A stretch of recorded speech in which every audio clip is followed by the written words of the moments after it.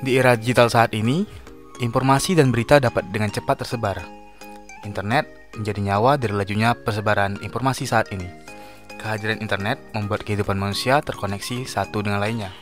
Saat ini, semua informasi dan berita teraktual dapat kita akses melalui perangkat teknologi seperti smartphone. Kita dapat mengakses beragam informasi kapan dari mana saja asalkan terkoneksi dengan internet. Seorang jurnalis dapat dengan cepat membagikan produk jurnalistik di era digital saat ini. Kehadiran internet membuat media-media jurnalisme mulai membangun sebuah ekosistem yang disebut jurnalisme multimedia. Berita-berita yang disebarkan dalam media online disuguhkan secara berbeda dengan berita-berita dalam media cetak. Sebuah media dapat dikatakan mengandung jurnalistik multimedia apabila memproduksi sebuah berita dalam bentuk teks, foto, video, podcast, dan infografis.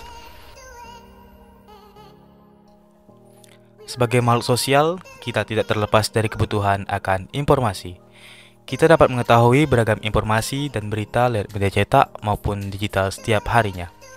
Berita dan informasi yang kita baca maupun yang kita lihat setiap hari merupakan produk dari jurnalisme.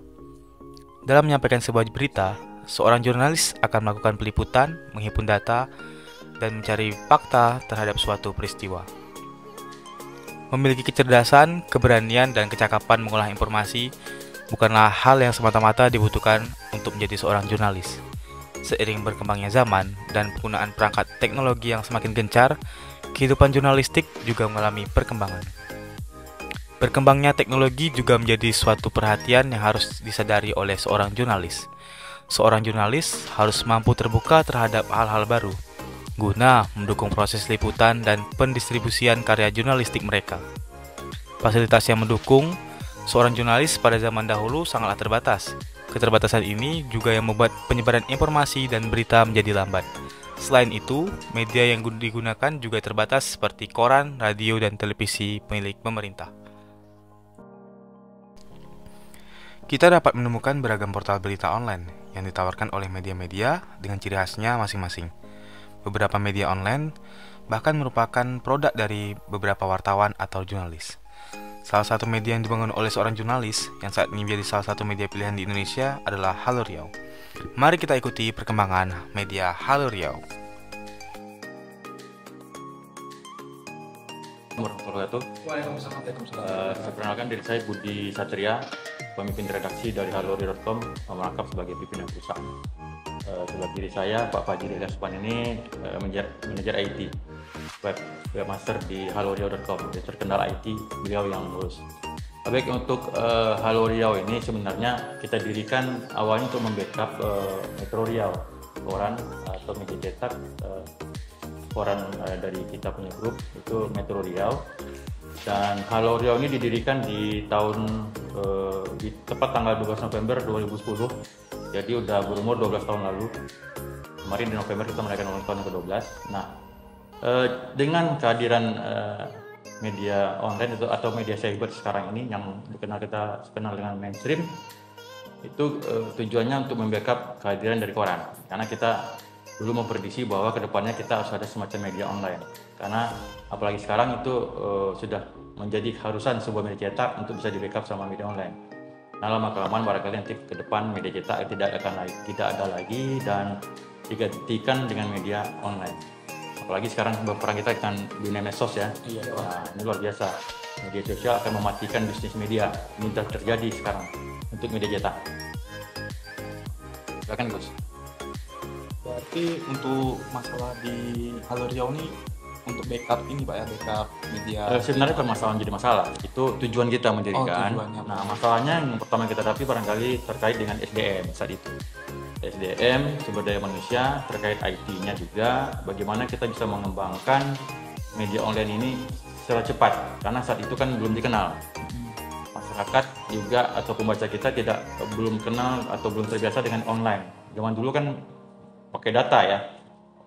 Data orang akan susah dulu. Kalau sekarang udah menjadi kebutuhan untuk membuka handphone sekarang. Kalau dulu kan memang susah kita di jaringan internet. Nah, ini yang menjadi kendala kita saat itu. Tapi lama-kelamaan dengan pertumbuhan teknologi yang luar biasa, sekarang ini apalagi udah dunia internet semakin canggih, dengan paket-paket yang murah pun masyarakat sekarang udah bisa kan. Sekarang kita setiap pagi barangkali udah buka web atau situs dan buka status minimal di WA. Pasti. Iya. Orang pertama yang kita buka adalah handphone. Nah, itu barangkali jadi bukan masalah, tapi yang harus kita hadapi ke depan itu barangkali terkait SDM-nya, teknologinya, bagaimana kita bisa memperkaya, bisa mengembangkan lagi website atau mainstream Halo Riau ini ke depan supaya menjadi salah satu brand yang cukup dikenal di Riau. Dan alhamdulillah sekarang Halo Riau termasuk dari 10 media yang terbesar di Riau untuk media cyber.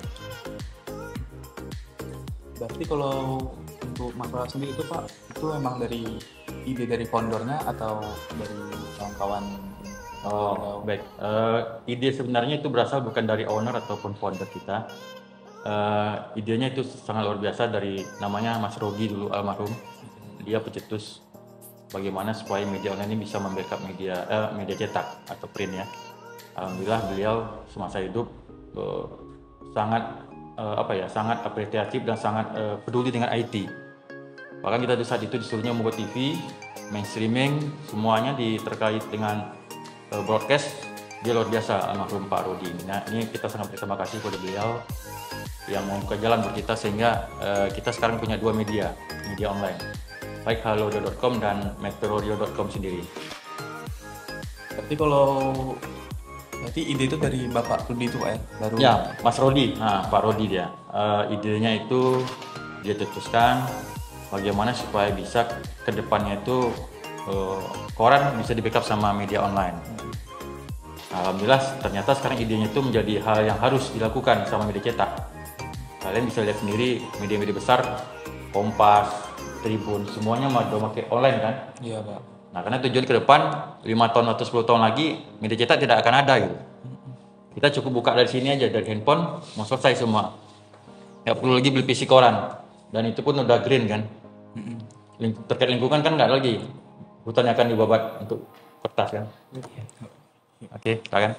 Berarti sebelum dari Pak Rudi ini yang mengidekan tentang masalah ini, apa ada kompetitor lain Pak yang kayak udah menyelesaikan ataupun bahas tentang masalah ini? Oh, saat itu tidak. Untuk media online barangkali 5 tahun belakang kita tarik tidak menjadi sebuah persaingan atau kompetitor buat 1 atau 2 yang membuat media online. Karena ketika itu media online belum dibidik secara profesional karena susah untuk hidup. Kita sangat yakin waktu itu hanya membackup. Untuk mencari profit atau laba sangat susah. Karena orang belum terbiasa beriklan, bekerja sama melalui media online, masih percaya kepada media cetak. Nah, ini susahnya. Ini yang kendala yang sebenarnya dihadapi yang Anda tanya tadi. Apa kendala dari media online? Nah, itu kendalanya saat itu. Belum bisa diterima sama klien kita, pebisnis maupun mitra-mitra kita gitu. Belum terbiasa saja. Tapi ujung-ujungnya 3 tahun belakang online kan sudah luar biasa gitu. Malah sekarang istilahnya kue dari iklan, kerjasama, editorial, yang namanya uang atau dana dari klien kita sekarang udah beralih dari cetak ke online. Sekarang rata-rata orang udah malas iklan di media cetak. Pertama dari harga, cetak lebih mahal, online lebih murah. Nyampenya online bisa kemana-mana aja gitu. Karena online kita punya batasan. Kalau koran kan cuma punya batasan. Iya, Dia akan beredar di Riau, Pekanbaru, tidak akan nyampe ke Surabaya, ke Jakarta kan. Nah, kalau online kan enggak. Luar biasa perkembangannya. Nah, ini yang menjadi bidikan dari kita, di Halo Riau fokus seperti itu. Berarti lebih fokus ke media online Pak ya? Ya, harapannya seperti itu. Nah, kalau untuk produk development ini Pak, di berapa orang Pak yang dipekerjakan di Halo Riau? Oh, baik.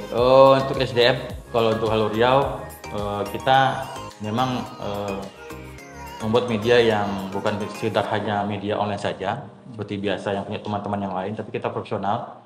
Kita memiliki karyawan di Pekanbaru ada sekitar 10 orang. Di daerah-daerah kita 1 orang dari kabupaten kota. Misalnya di Temilan 1, di Kuansing 1. Nah, ini yang membuat kita semakin besar, dan di Jakarta juga ada perwakilan kita. Sehingga kalau di total itu ada sekitar 30-an. 30-an orang untuk SDM kita. Di luar staff ya. Di luar staff. Karena kita media online ini ada bagian redaksi, ada bagian usaha, dan ada bagian marketing. Nah, ini yang jadi fokus kita di halorio.com. Itu yang di luar Bekasi itu tersebar satu. Ya, kita minimal satu kabupaten kota satu. Tapi untuk Riau ya. Karena kalau untuk provinsi lain kita mungkin belum ada perwakilan. Total semua 30. 30-an. Nah. Berarti kalau untuk ke depan nih Pak, ada nggak Pak kayak rencana mau kerjasama sama anak-anak muda nih? Kan banyak nih kayak lulusan ilmu komunikasi. Oh, sangat terbuka loh Rio. Tadi saya bilang, saya akan tahun ini saya rekrut anak muda yang kreatif, saya bilang kan. Itu tujuannya apa gitu? Karena kita kan nggak beralih tadi. Dari saya jualan news, saya akan jualan ke medsos. Medsos terutama nanti bermain video, YouTube, TikTok, apapun itu anak-anak muda sekarang yang nyasar kan. Anak-anak Gen Z lah kita sebut sekarang, yang di bawah 25 tahun. Kalau Gen X seperti saya nggak lagi, X, Y, Z, ada itu W. Udah malas dia. Kalau seperti anak-anak milenial, Gen Z ini kan 25 tahun ke bawah, 18 ke atas kan? Itu luar biasa itu, saya akui gitu. Karena saya juga sering ngopi bareng, sering duduk dengan anak konten, anak-anak IO. Mereka hidup itu luar biasa gitu. Hanya buat konten untuk kuliner, konten otomotif, konten ini itu. Rata-rata ada kuliner mau review kan, dapat duit 3 juta, 4 juta satu bulan. Kan luar biasa. Yang saya bilang tadi. Yang ada juga contoh anak saya juga tadi mereview, mengendorse. Kan ide-ide itu kan muncul sekarang. Dulu nggak bisa gitu.